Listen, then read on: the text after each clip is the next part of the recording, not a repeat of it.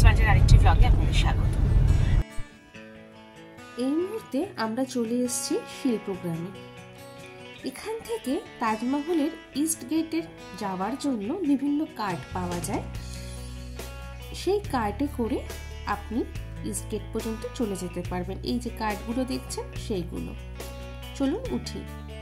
শিল্পগ্রামের ভেতরে যে এরিয়াটা আছে সেখানে 20 টাকা বিনিময়ে পার হেড 20 টাকা আপনি এরকম কার্টে করে তাজমহলের গেট পর্যন্ত যেতে পারেন।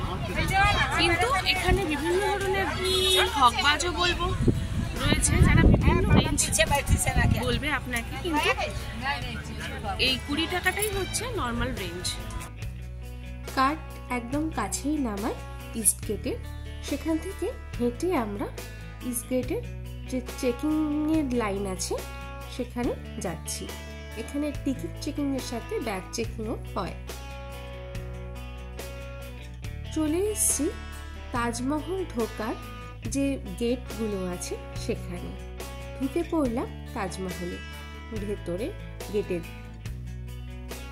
মুঘল সম্রাট শাহজাহান তার তৃতীয় স্ত্রী আরজুমান বানু বেগম ওরফে মুমতাজ মহলের মৃত্যুর পর তার স্মৃতির উদ্দেশ্যে এই অপূর্ব সৌধটি নির্মাণ করেন। নির্মাণ কাজ শুরু হয়েছিল 1632 খ্রিস্টাব্দে এবং প্রায় 20 বছর ধরে এই নির্মাণ কার্য চলে। শেষ হয় 1653 খ্রিস্টাব্দে। এইটা হলো তাজমহলে ঢোকার মুখ্য দ্বার। অপূর্ব শৈলী দেখছেন।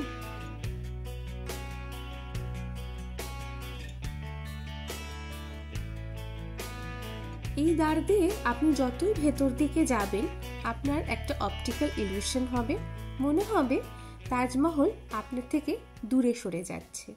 ওই দেখুন আমার মেয়ে এবং তার বাবা আগে আগে যাচ্ছে, আর মেয়ের চোখটা বন্ধ করে রেখেছে তার বাবা প্রথমবার তাজমহল দেখার জন্য।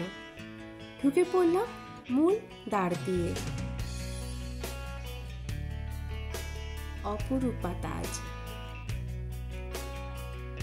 আমি জানি না আপনারা কে কবার এসছেন, আমারও এটা প্রথমবার। মুগ্ধ হয়ে চেয়ে আছি এই সৌধের দিকে।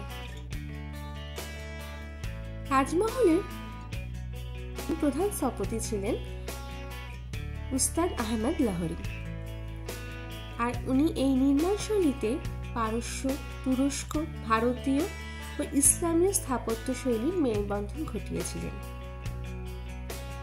যে মুখ্য দ্বার এটি তার পেছন দিক। কোরআনের বিভিন্ন আয়াত এখানে নাকি লেখা আছে। আমি তো উর্দু পড়তে পারি না, তাই আমি বুঝতে পারছি না, কিন্তু নির্মাণ শৈলী অসাধারণ। তাজমহলের দুই দিকে বিশাল উদ্যান রয়েছে। এই দেখুন এই পাশে রয়েছে, আবার এই যে ওই দিকে দেখুন বিশাল উদ্যান। এই সমাধিটি একটি বর্গাকার বেদির উপর দাঁড়িয়ে আছে। সমাধির উপরে মার্বেল পাথরের যে গম্বুজ আছে তা বিশেষ আকর্ষণীয়। এই গম্বুজকে পেয়ারা গম্বুজ বা পেঁয়াজ গম্বুজ নামে ডাকা হয়। গম্বুজের ঠিক উপরের দিকে একটা স্তম্ভ আছে, সেটি বর্তমানে তামা বা কাঁসার তৈরি হলো, আগে তা সম্পূর্ণ সোনার ছিল। আর চারদিকে যে 4টি গম্বুজ রয়েছে সেগুলো একটু টিল্ট, যাতে ভূমিকম্প হলে মূল সৌধের ওপর সেই গম্বুজগুলো না পড়ে। কি অসম্ভব সায়েন্টিফিক্যালি তৈরি, ভাবলেও অবাক লাগে।